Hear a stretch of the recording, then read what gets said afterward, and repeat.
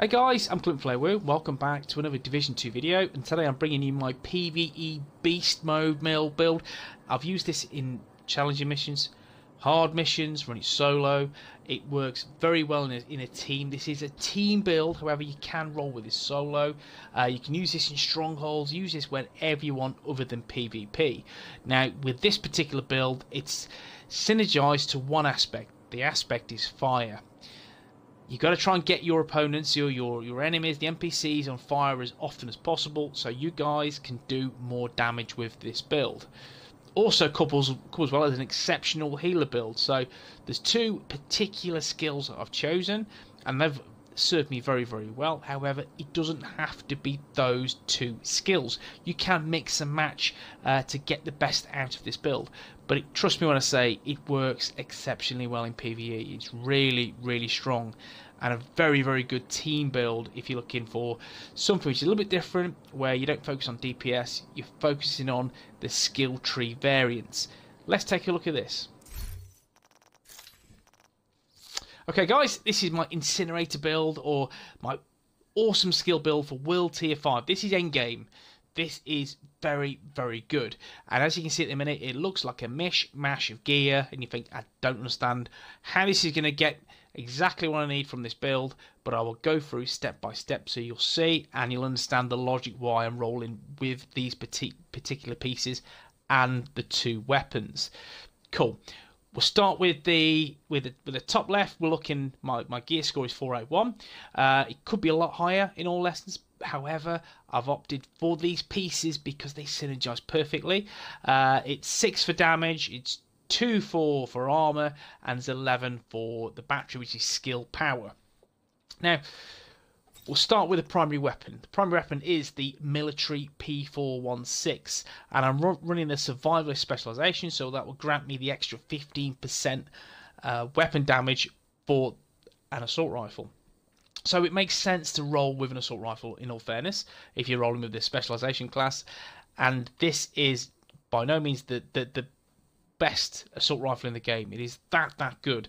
It's the best all-rounder. I mean, there's really good high RPM ones, like the CTAR or the FAMAS or the Police M4, which is a beast. You've got the low RPM, which is the SOCOM MK16, the AK as well. Very, very strong weapons. However, this as an all-rounder is absolutely bob-on perfect. So make sure you search for one of these, farm for one of these, because you won't look back once you've got one. I'm lucky to have 3 or 4, and this one synergizes perfectly with this build. So accuracy is about 45-50%. It's a bit low. Stability is 100%, which is really, really good.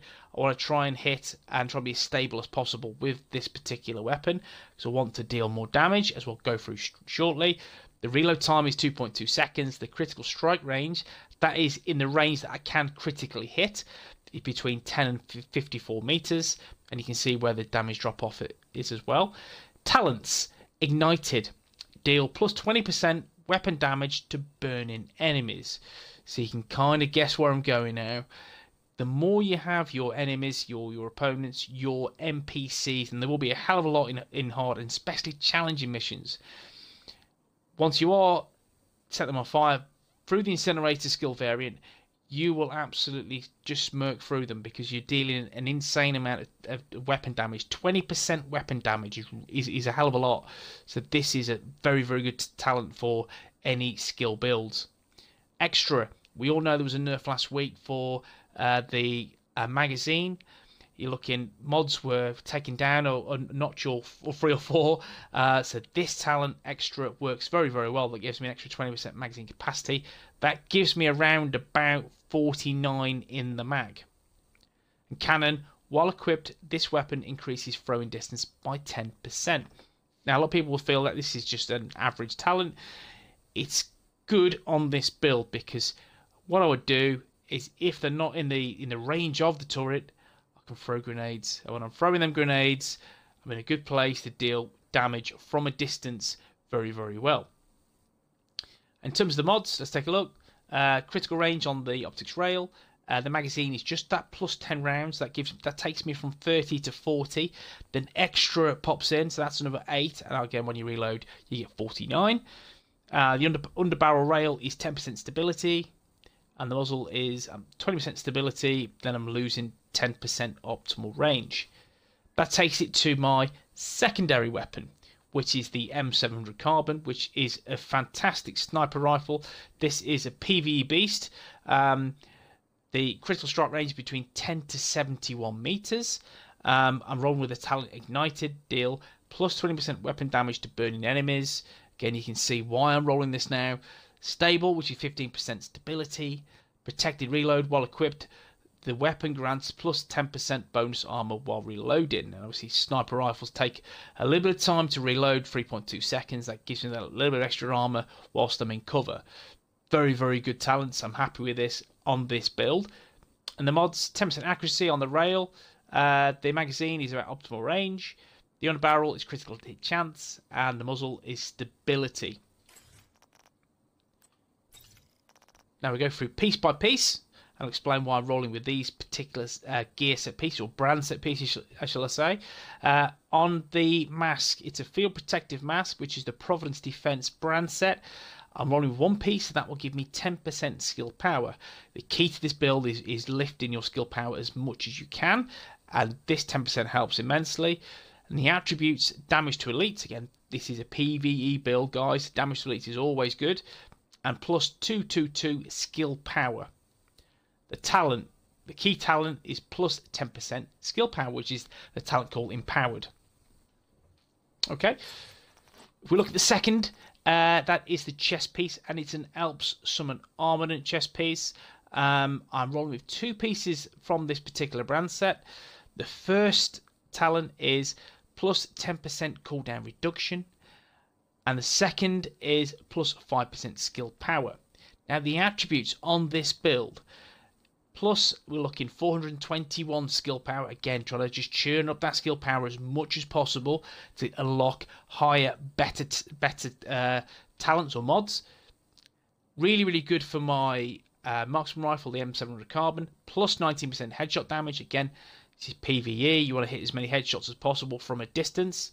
And capacitive, plus 20% skill duration, and that means for my primary and secondary skills that they'll be going 20% longer. This is a really good talent for a skill build. This is really good.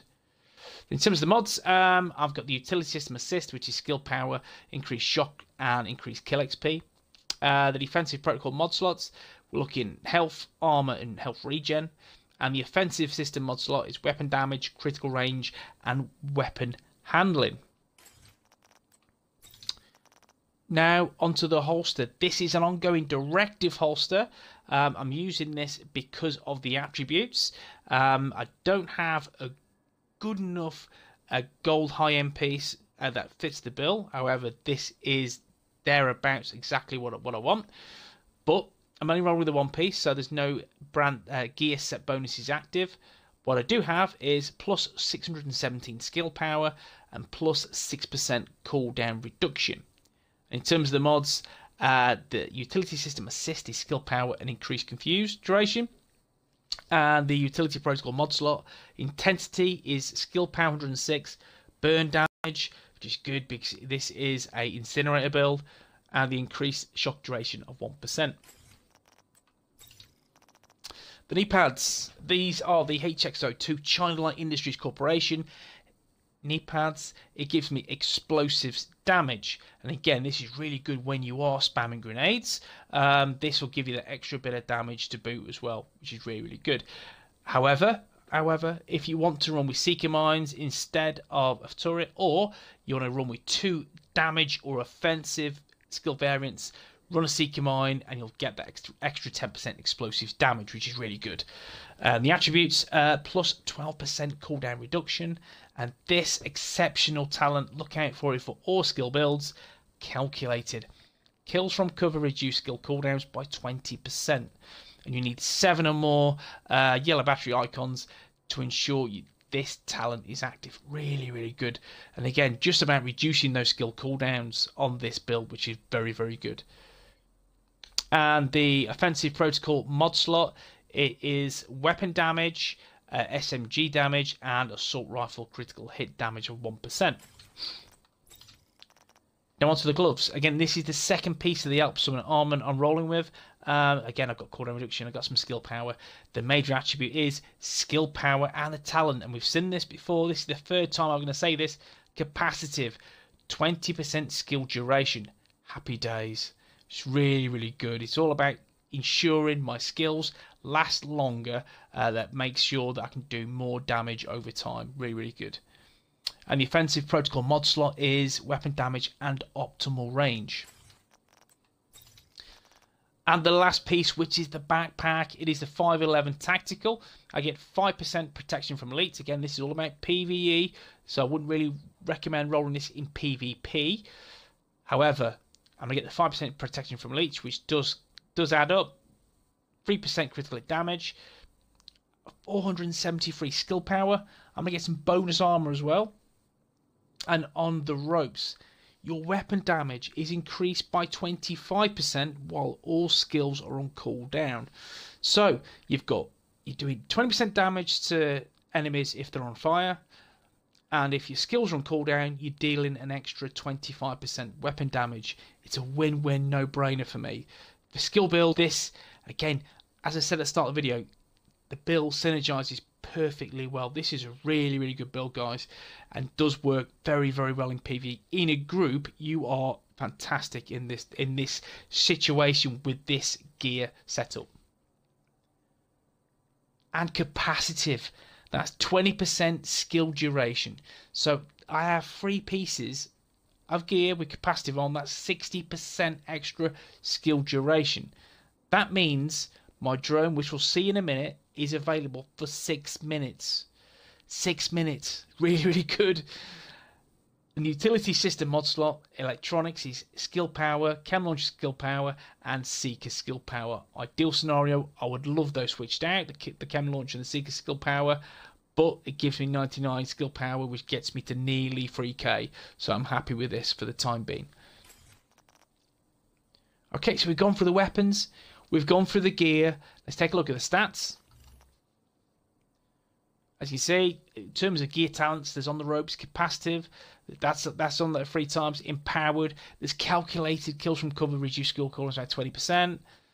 Weapon talents ignited. I just want to burn people to deal more damage. This build, the more you think about it, the more you think, I can do a lot of damage to this build, and this is going to be really, really good.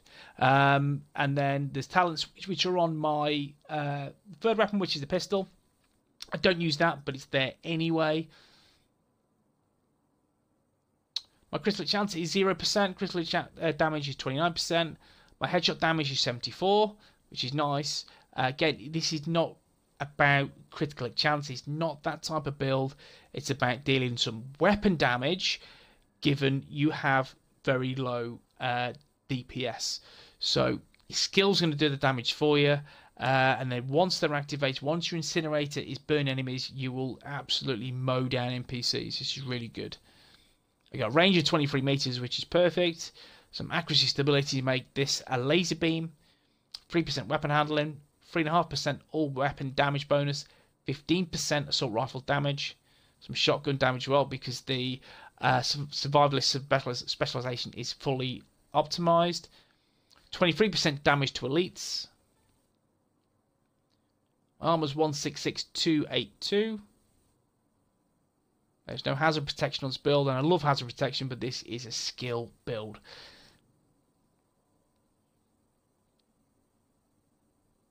Okay, there's all the stats. Let's take a look at the skills. Firstly, my defensive skill, which is the healing skill, is my fixer drone. Now, this has a cooldown of 110 seconds. Now, my advice with this is ensure you deactivate it by holding or dismantle it about 5-10 seconds before it's about to drop. As you can see, the health is 12,633, which is good, really, really good. The duration is 379 seconds, which is 6 minutes, give or take a few seconds. That is very, very long with this, again, so you can just keep rolling with this, it'll keep healing. You can pass it on to your nearest ally if they're struggling, and a lot of help, which is good. This is a very, very good fixer drone, and I'm happy to have this. Now the mods, they are cooldown reduction 10.5%, Blast radius 47.7 and duration 50.6%. Really good. And then we've got the turret, which is the incinerator, is manually controlled by the deploying agent to dispense streams of flame in a forward-facing cone. Now with this, again, if you want to deploy it close to you, just tap the RB. If you want to deploy it from a distance, what you do, you hold that RB. Again, this is Xbox One, guys. You hold the RB and you obviously you launch it as far as you can by holding it. To dismantle it, you will hold it. To toggle the fire from the little dragon is on and off RB. Just pop it there and then. It has a cooldown of 86.4 seconds, which if you pop it before it goes, that cooldown is around about 40 seconds. Again, so you just want to make sure about 10 seconds before it's about to drop, pop RB, hold it in place for a time, dismantle it. You're going to get this back in 40 seconds. And in PVE, harder content, it's needed. Duration 192 seconds, which is really good. That's 3 and a bit minutes. Health of 126,000. The damage of 6,500 per tick. And the range is at 15 meters. In terms of the mods, we're looking. There's no mods. Let's put the mods on. Right, cool. So, tell you what, guys, we'll put some cooldown reduction on this one. We'll add some damage on that one. And we'll add some more cooldown reduction on that one.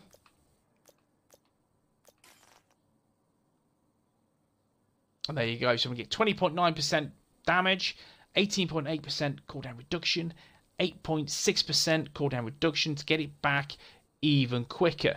Now let's test this in the range. Let's see how it goes. Let's just get into cover.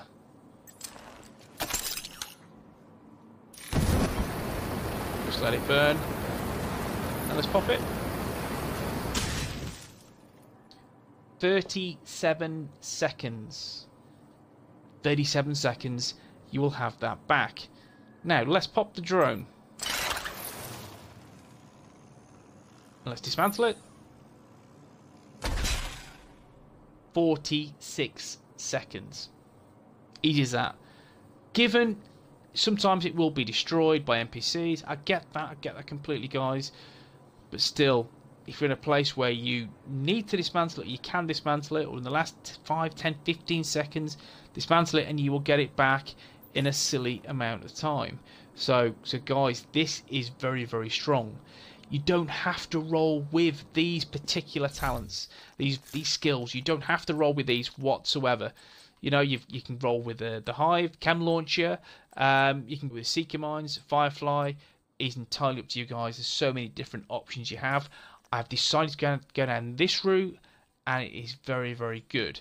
What I would like, in all fairness, is if I had a piece with capacitive on there as well. That'd be even better.